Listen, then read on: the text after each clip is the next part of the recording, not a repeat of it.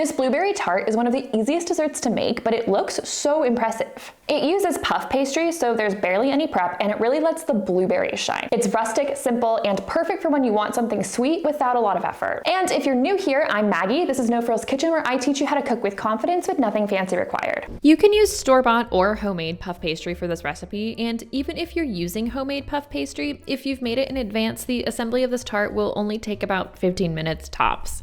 Start first by rolling out your pastry. Lightly flour a work surface and roll your pastry in a circular pattern until it's about 5 millimeters or 1/4 of an inch thick and the circle is roughly 30 centimeters or 12 inches in diameter. Go ahead and trim the pastry if you can't easily get a square into a circle. My dinner plates are just about the right diameter, so I use that. There's no need for it to look perfect. This is a very rustic looking tart.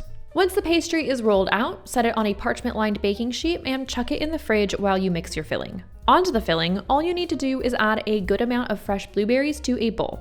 You can use frozen blueberries if you'd like, just make sure that you haven't defrosted them ahead of time.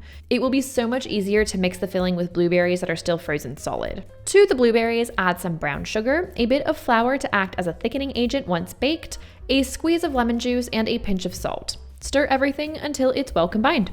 Remove the pastry from the fridge and then pile the filling into the center of the pastry, making sure to leave a 5 centimeter or 2 inch border. Then fold the border of the pastry over the filling. To ensure you get the most beautiful golden crust possible, brush the exposed pastry with a beaten egg and then sprinkle with some demerara sugar to add a sparkly look.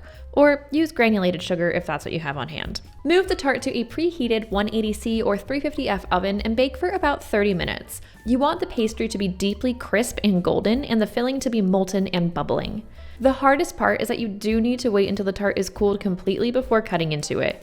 But fortunately, due to its size, it doesn't take nearly as long as something like an apple pie. And that's it. If you liked this recipe, make sure to hit the subscribe button so you don't miss my next videos. Enjoy!